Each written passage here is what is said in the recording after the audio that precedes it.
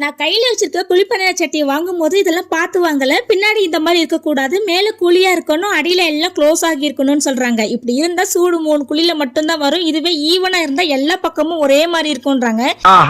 எனக்கு இதை பத்தி ஒன்றும் தெரியாததுனால நான் இப்படி வாங்கிட்டேன். இது அயன் கிடையாது, நான்ஸ்டிக் தான். அயனை நல்லா மெயின்டைன் பண்ணணும், அப்படியே விட்டா துரு பிடிச்சிரும். நானே ஆடிக்கு ஒரு தடவை அமாவாசைக்கு ஒரு தடவை தான் செய்வேனா, அதனால நான்ஸ்டிக்கே ஓகேவா தான் இருக்கு. நம்ம டிமார்ட் ப்ராடக்ட் தான் அது, அதான் நம்பி வாங்கிட்டேன். கிட்டத்தட்ட ஒரு 1.5 இயர்ஸா யூஸ் பண்ணிட்டு இருக்கேன். நான் என்ன பண்ணிட்டேன், வெறும் சட்டியை மட்டும் வாங்கிட்டு வந்துட்டேன். அப்புறம் ஊத்துன பணியாரத்தை எப்படி எடுக்கிறது, அதுக்கப்புறம் எடுக்கிறதுக்குனே ஒரு நவீன மிஷின் இருக்குதாமே, ஒரு வழியா அதையும் வாங்கிட்டேன். சட்டியை விட இந்த பணியார ஸ்டிக்கு தான் எனக்கு ரொம்ப பிடிச்சிருந்துச்சு. நல்லா கியூட்டா அப்படியே ஜாலியா இருக்கும். திருப்பி போடும் போதும் நீங்க பணியார சட்டி வாங்கும் போதும் இதெல்லாம் நோட் பண்ணி வாங்கிக்கோங்க. முக்கியமா இந்த நவீன மிஷினை வாங்க மறந்துடாதீங்க.